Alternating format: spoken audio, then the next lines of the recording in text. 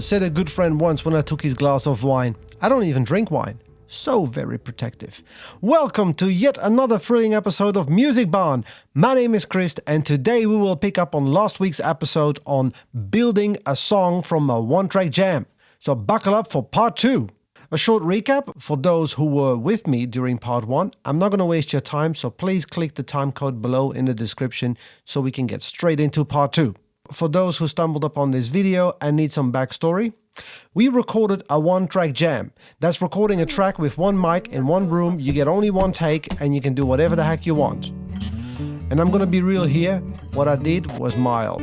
I put in a little effort, to be honest. I could have slammed a door or a drawer, opened a curtain real fast, hit a cymbal with my hand on the way back, rolled my studio chair, slid over my desk like it's a car bonnet. I mean, the possibilities are as limited as your imagination. But there it is.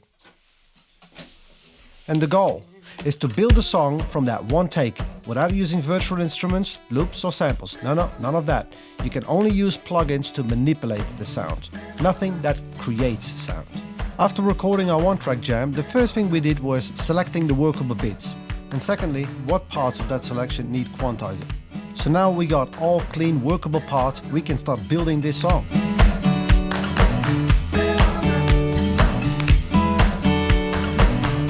To start off with, I'm going to get myself a few buses, reverbs, delays and compression, just to get some flavors to work with. The next thing I need is a bunch of audio tracks, so I'm just going to press Command-Shift-N, and I could get myself just an audio track and put in all the plugins that I need, but we're not going to do that. I'm going to grab one of my track presets that I called One Audio Track, and it has all the plugins that I need already inserted in there. I'm going to grab 10 of them and create, and there you have it. And as you can see, every one of those tracks has an EQ, a second EQ, one of my favorite compressors, another one of my favorite tools, and a limiter. But for now I'm going to clean up this track layout because I just want to work on the kick drum. I'm going to find that foot stamp and put it in the right place. Pressing the tab key will take me to the first transient, and then I do Command E to cut. And that's how I get from the first kick to the second one and to the third one and so on. I'm also going to trim every kick drum because as you can see here, there's the punch. And then there seems to be like a reflection. See this little gap here? So I don't want that repetition. So I want to shorten this up and just fade it out before we get to that reflection of that kick drum. So we have a short, punchy kick. And obviously we're going to put them on the beat. And then we're going to consolidate these 5 beats to one region. And in case you wonder why 5 beats and not 4, why not simply have a bar and then just copy and paste the bar? Well, that's the thing. I don't want the repetition to be this obvious. I don't want it to be bar based. And we're going to duplicate this plenty of times by pressing Command D. I could use the loop function, but somehow I never do. And now tone shaping. First thing we're going to do is get the boxiness out of it. I want the oomph to come from a lot lower than where we are now. You see that dip in the 500 Hertz? Yep, that one. And so we're going to do this again with the second EQ. That gives it really a lot of oomph. And then I'm going to use the 1176 model to just level things a bit up. And then we use the transient master to tighten things a bit up. Look at that. Everybody can be a kick drum. And then we seal the deal with some parallel compression.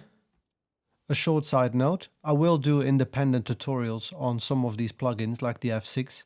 Is a great EQ, overkill for what I'm doing here, but nevertheless it's a great tool and the transient master is one of my favorites. I will explain it very briefly. The attack is like distance. This is far away and this is up close.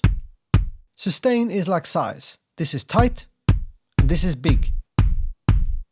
And that's your level with an option on a limiter. Easy, foolproof. Next up is what will function as the snare drum. So we have some guitar whacking here. And we got some guitar plonking there. And we're going to put that here. And I'm going to divide this region into 2 to spread over 2 tracks. I am going to make a quick edit because as it stands now we have a snare drum basically on every beat and I want them on the 2 and the 4 and I'm going to clean them up and duplicate them just like I did with the kick drum. And on to shaping the sound of this. We're going to cut the low end, leave that for the kick drum, We're gonna add some high mids, just make it a nice smack. We're gonna fatten it up with the usual 1176 model. And we're gonna make it nice and tight again, but soften it as well. See, yep, that's a bit much, that's harsh. So we're gonna soften this. And then we're gonna do the same for the second track. And also the third one.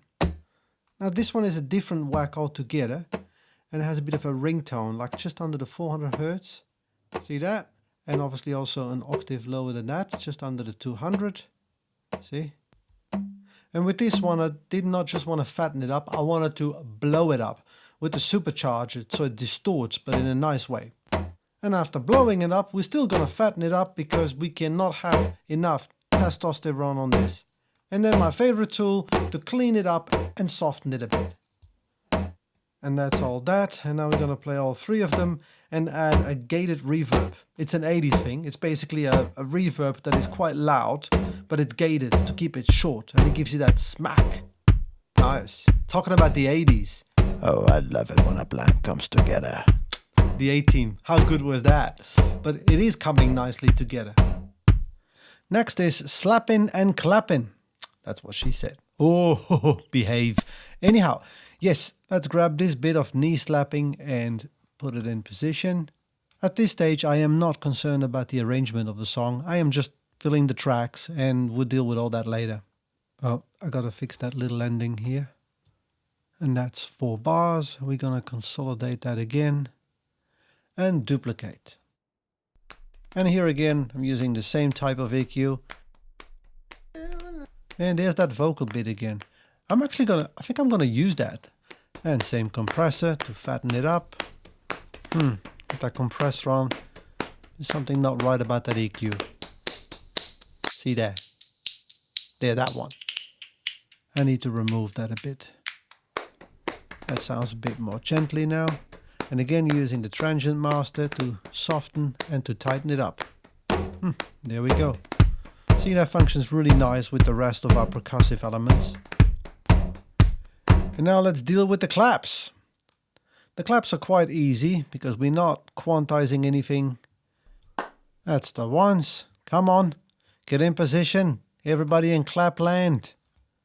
And just like with the guitar whacks, we don't want them on every beat. We want them on the 2 and the 4. So we're going to spread these claps over 4 tracks without quantizing, so they're all going to sort of offset each other a little bit on the beat, and it's going to keep it very groovy and organic. So I'm going to do a bit of an edit here. And duplicate. So here we go. So what I did different here is because I got 4 tracks of the same source, so I patched all 4 tracks to one auxiliary. That way I can control them with one fader and process them with one EQ, one compressor, and so on.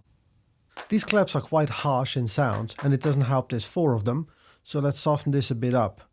When I have lots of layers, I generally tend to EQ quite ruthless, like anything that doesn't belong there that I don't need goes. Sure, the claps may have a nice low mid, but I don't care for it. That's where the snare goes, that's where the kick drum goes, so I just sculpture it out, clean it out. And as always, we're going to fatten this up, make it a bit softer, taking the attack out of it.